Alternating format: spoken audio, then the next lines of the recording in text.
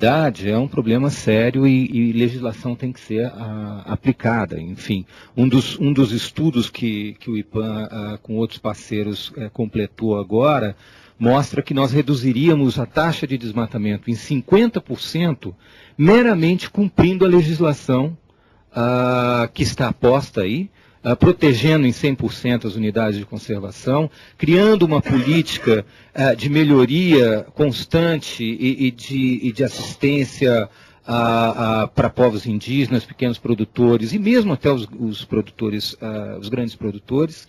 Então, eu acho que essa questão da ilegalidade sempre norteou ou dirigiu o desmatamento amazônico. Agora, se eu não me engano, algum de vocês comentou, e eu acho procedente, é que a lei se muda. Então, hoje mesmo no Congresso está sendo discutido uma alteração do Código Florestal, no que tange a reserva legal, e pode cair para 20% ou extinguir a reserva legal.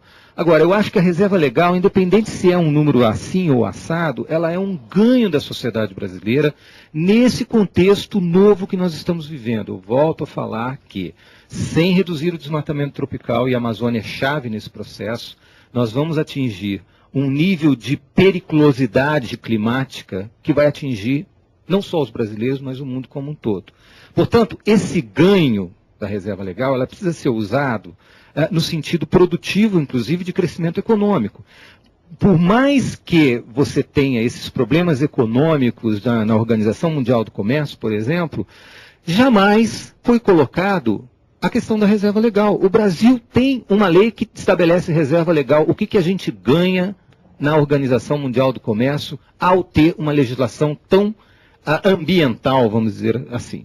Portanto, o próprio agronegócio, a própria produção agrícola na Amazônia pode ser cobrado, sim, eu acho que essa cobrança externa, e mesmo a cobrança interna, que eu acho que certamente vai ser maior do que a externa, de você ter uma produção sustentável. Isso vai ser tão importante no fundo, por exemplo, na casa da pecuária, no futuro, quanto a cobrança, quanto a questão de febre aftosa, por exemplo. A pecuária que não anda além da legislação na questão ambiental, certamente ela está afadada a ter problemas de comercialização com o seu produto. Essa é a nova realidade. Então vamos usar as nossas conquistas a nosso favor. Independente se tem estrangeiro, se não tem estrangeiro, porque a decisão do desenvolvimento da Amazônia está na mão dos brasileiros, está na mão das pessoas que estão lá, e eu acho que é nesse caminho que a gente tem que seguir. André. Não, eu quero, acho que é importante, como um patamar importante para essa conversa, é dizer o seguinte: nós temos tido, né, de 2004 para cá, 3 quedas consecutivas do desmatamento. Isso tem a ver com um esforço muito grande que o governo vem fazendo. Que é suficiente? Não é suficiente. Mas é importante? É importante. Foram 20 milhões de hectares de unidades de conservação criadas na Amazônia Legal brasileira nesse período. Foram quase 10 milhões de hectares de terras indígenas homologadas, que têm um papel fundamental no contexto da sustentabilidade e da conservação da biodiversidade na Amazônia.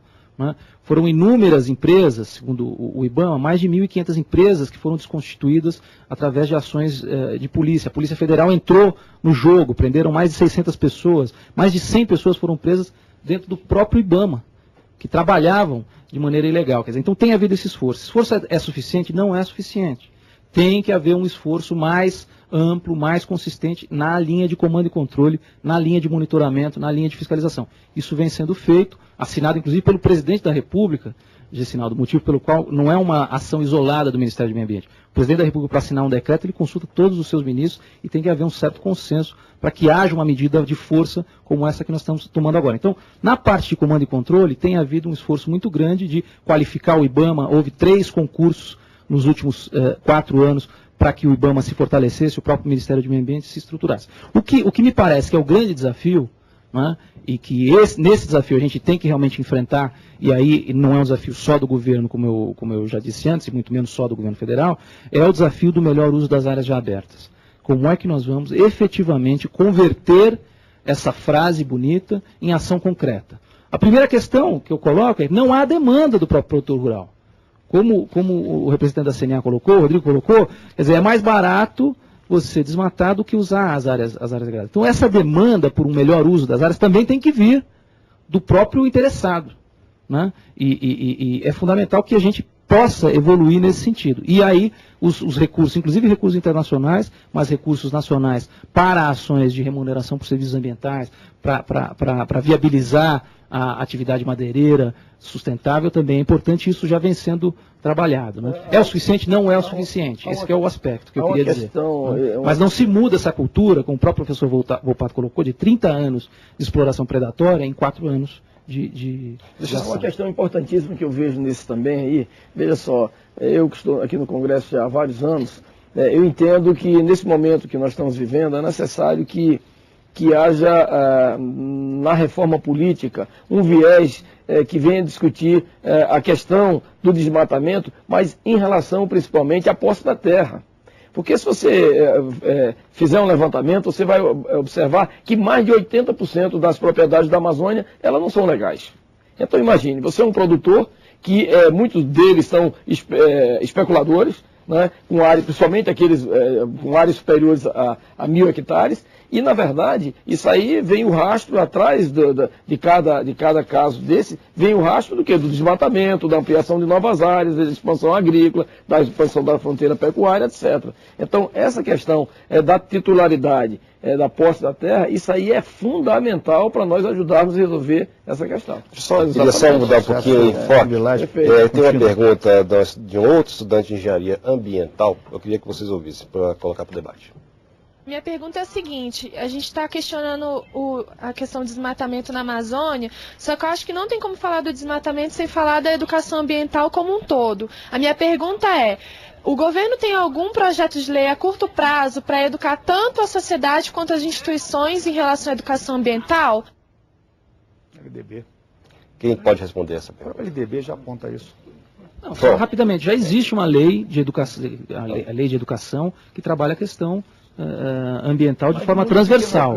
Muito pequeno alcance, entendeu? A mídia nacional, inclusive, é culpada também nessa questão, porque, veja só, fala-se muito realmente do desmatamento, expansão de fronteiras agrícolas, etc., mas essa parte em que a jovem se refere aí, ela é emblemática. Na verdade, não existe um programa nível do governo federal para promover essa educação ambiental, que ela é importantíssima, entendeu? O João vai falar alguma coisa. Bem, eu estava, durante o semestre passado, participando do projeto Rondon, na Universidade de Brasília, onde a gente teve a possibilidade de ouvir diversos membros do Ministério da Defesa comentando a respeito do que eles chamavam lá de vazio verde na Amazônia, que seria o local no meio da Amazônia, a Amazônia legal brasileira, onde o Estado não teria capacidade de chegar nem como prefeituras, delegacias, escolas, igrejas, ou seja, as pessoas não teriam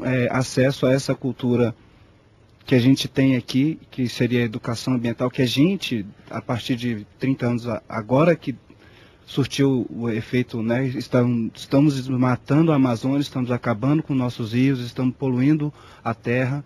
Isso vem surgindo de um tempo para cá, pouco tempo. Ou seja, há 20 anos as pessoas saíam daqui para ir para Roraima, hoje o deputado sabe que lá existem muitos mineiros, goianos, cariocas, paulistas e poucos roraimenses, né, pessoas de lá mesmo, e que essas pessoas que saíram daqui com a mentalidade chegaram lá e estão naquele tempo ainda. Eu só quero dar a palavra, nesses poucos segundos que nos restam, ao Gessinaldo. Gessinaldo, qual é o papel do índio na preservação ambiental da Amazônia? A gente vem fazendo nossa parte. Historicamente, até hoje, nós estamos preservando a Amazônia. Nós estamos fazendo a nossa parte. O governo tem que fazer parte dele, a comunidade internacional tem que fazer a parte dele. Por isso, nós mais uma vez chamamos e alertamos a sociedade nacional. Se nós não fazermos uma revolução, nós vamos perder esse patrimônio que é nosso, que é dos brasileiros. Hoje nós conversamos sobre o desmatamento na Amazônia e o dilema de crescer e, ao mesmo tempo, preservar o meio ambiente. Você pode sugerir temas para o programa pelo e-mail participação popular, sem o tio e o cedilha, @câmara.gov.br ou pelo telefone gratuito 0800 6969.